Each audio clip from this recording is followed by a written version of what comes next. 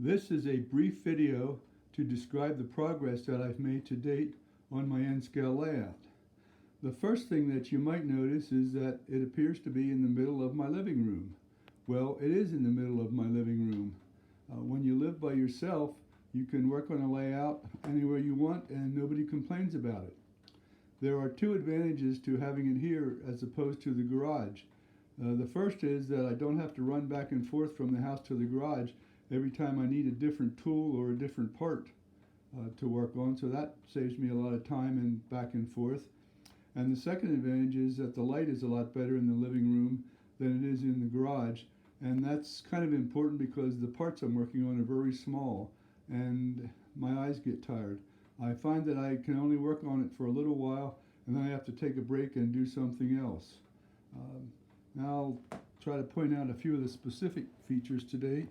This first siding, which is, you can see, is right here where my hand is.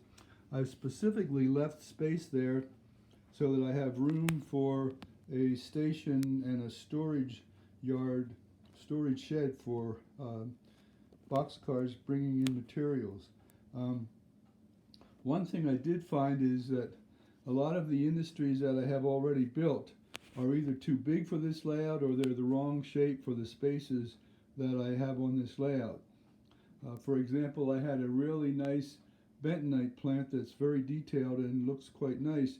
Unfortunately, it's too big to fit on this layout, which is why I ended up building this other building, which is lacking a roof and windows and doors because I need to paint it before I install them.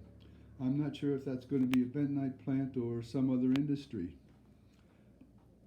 I am somewhat undecided between having a Pennsylvania themed layout or a Wyoming themed layout, but I think I'm leaning towards Wyoming because I have a lot more locomotives and cars that would be appropriate in Wyoming that wouldn't be appropriate in Pennsylvania.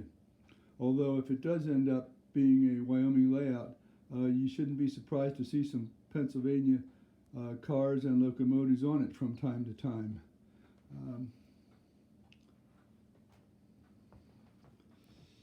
I have three sidings here.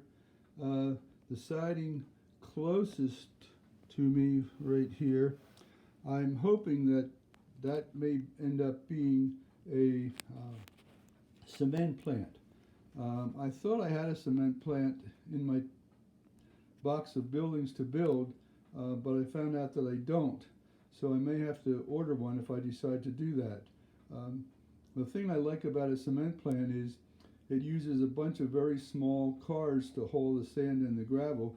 They're only about 2 inches long, and so small cars like that would work out really well on this layout.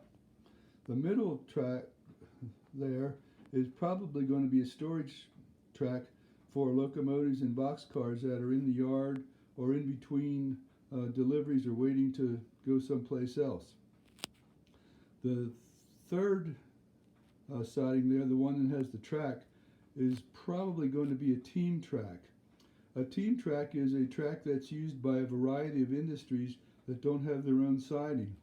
So in the town, there will probably be a department store, maybe a hardware store, a feed mill, or some other stores like that. And what happens is when they get a delivery from the railroad parks it on the team track, and there will be a loading dock there, so they drive a truck over and unload the boxcar and load it onto the truck and drive it back to their business. That way, multiple industries that don't have their own siding can take deliveries by rail. That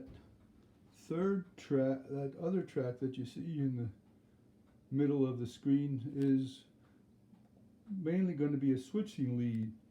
Switching lead is a length of track that the locomotives need to access these two tracks back here, which will hopefully be two separate industries. And while I'm here, these two locomotives are about the size and probably the type of locomotives that will end up being on the layout. Matter of fact, these two locomotives probably will be on the layout. They're each about 3.5 inches long, so that's about the size of an N-scale, typical N-scale locomotive. Other locomotives are somewhat larger, but they're all about that size. This track in the upper left-hand corner, my plan is that eventually that will be extended across about a 2.5 or 3 foot distance, and the track will run from there into my laundry room, where I have a storage track built over the dryer. That way I'll be able to store a variety of locomotives and cars in there and run them onto the layout, and then when they're finished with them, run them back into storage. So that's my plan. And as I kind of mentioned before, I will have a road, a main road, running down the length of the layout here, just like this from one end to the other. And there will be a small town with some businesses and some homes. I have a few small shotgun homes that will fit real well on this, and I have a bunch of businesses already built so that I'll have room for 6 or 8 businesses and a hotel and maybe an apartment building. I'll have to see what I can squeeze in. So that's pretty much what my plans are to date. As you can see, I've got a lot of track work yet to complete, and none of it's electrical. If you would look under the layout, you would just see a bunch of wires hanging down. My plan is to complete all the track work, and then I'll be able to flip the layout over to connect the wires. It's a lot easier to work on it that way than crawling underneath and trying to connect them. So that's my plans and where I am to date.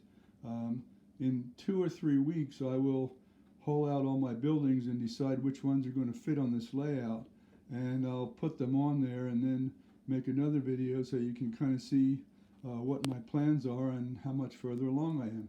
So I hope you enjoyed this little video. Thank you.